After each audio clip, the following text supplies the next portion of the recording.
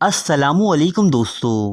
تمام دنیا کو فتح کر لینے کا ارادہ تو ہزاروں لوگ ہر روز ہی کرتے ہوں گے، لیکن دنیا میں ایسے بہت کم لوگ گزرے ہیں جو اپنے اس ارادے کو تکمیل دینے میں کامیاب رہے۔ ایسا ہی ایک بہادر شخص امیر تیمور نام کا بھی گزرا ہے، جس نے مشرق و مغرب میں اپنی فتوحات کے جھنڈے گاڑ دیے۔ سلطنت دہلی سے لے کر سلطنت عثمانیہ تک سب کو پے در پہ شکستوں سے دوچار کیا، لیکن مورخین آج بھی اس بات کا فیصلہ کرنے سے معذور نظر آتے ہیں کہ امیر تیمور کی فتوحات زیادہ بڑی تھیں یا اس کی جانب سے ڈھائے گئے مظالم کی داستانیں۔ امیر تیمور کا ایک لقب دی ارتھ شیکر یعنی دنیا کو ہلا ڈالنے والا بھی ہے۔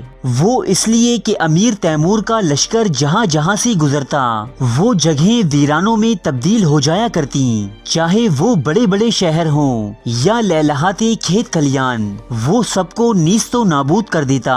آج ہم اپنے ناظرین کو اسی ظالم بادشاہ امیر تیمور کے قہر اور غضبناکی کا ایک واقعہ سنانے والے ہیں۔ یہ واقعہ جہاں امیر تیمور کی سنگدلی اور سفاکیت بیان کرتا ہے، وہیں اس کے ذریعے ہمیں یہ بھی معلوم ہوتا ہے کہ تیمور کے دل میں اہل بیت کی محبت کس قدر پنہاں تھی۔ یہ واقعہ کچھ یوں ہے کہ جب امیر تیمور نے ملک شام پر قبضہ کیا تو محب اہل بیت ہونے کی وجہ سے اس کا دل شام کے لوگوں کے لیے نفرت، عداوت اور بیزاری سے لبریز تھا۔ تیمور نے شام کے بڑے بڑے لوگوں کی گردنوں کو توڑا، ان کے سروں کو نیچا کیا اور اہل شام پر بے پناہ مظالم ڈھائے، یہاں تک کہ شام کے صاحب عقل لوگوں نے محسوس کیا کہ تیمور کا یہ سخت رویہ اس کی کسی خاص عداوت کی وجہ سے ہے۔ چنانچہ ان لوگوں نے ہر ممکن کوششیں کی کہ تیمور کا غصہ کسی طرح کم ہو جائے۔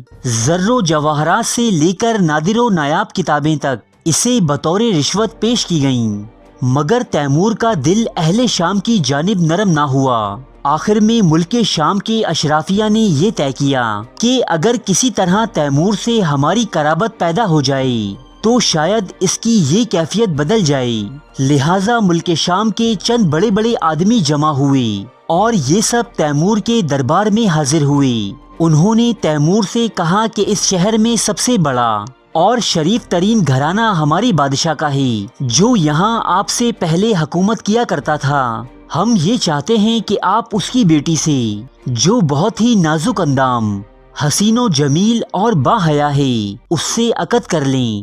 پہلے تو تیمور نے اس پیشکش پر انکار کر دیا، لیکن جب امرائے شام کی جانب سے بہت اصرار ہوا تو اس نے کچھ سوچا اور کہا، اچھا ٹھیک ہے، بازاروں کو ذرا مزین کیا جائے، خصوصاً بازاری شام کو بہت زیادہ آراستہ کیا جائے۔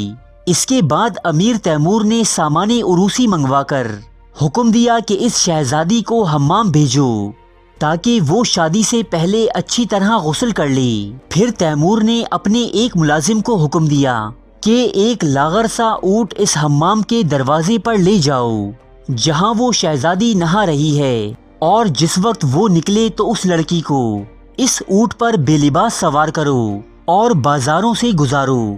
جس وقت وہ ملازم اونٹ کو لے کر دروازے پر پہنچا تو وہاں موجود لوگوں نے پوچھا کہ یہ کیا معاملہ ہے۔ ملازم نے کہا کہ مجھے بادشاہ نے حکم دیا ہے کہ میں اس لڑکی کو اونٹ پر بٹھا کر بازاروں سے بے لباس گزاروں، اور سنو خبردار، کوئی قریب نہ آنے پائے جو اس کے گرد کوئی پردہ ڈالے۔ اہل شام نے جب یہ سنا تو بہت زیادہ پریشان ہوئے۔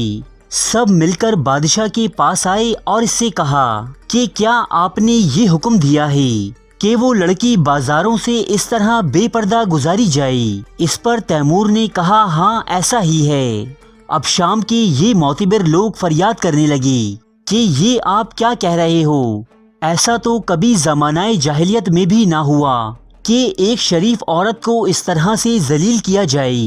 امیر تیمور نے جواب دیا، یہ ٹھیک ہے جو تم کہتے ہو کہ ایسا کبھی جاہلیت کے زمانے میں بھی نہ ہوا کہ ایک شریف عورت کو اس طرح سے ذلیل کیا جائے، مگر تم لوگوں کے نزدیک تو یہ ایک اچھا فعل ہے، اس لیے میں کرنا چاہتا ہوں۔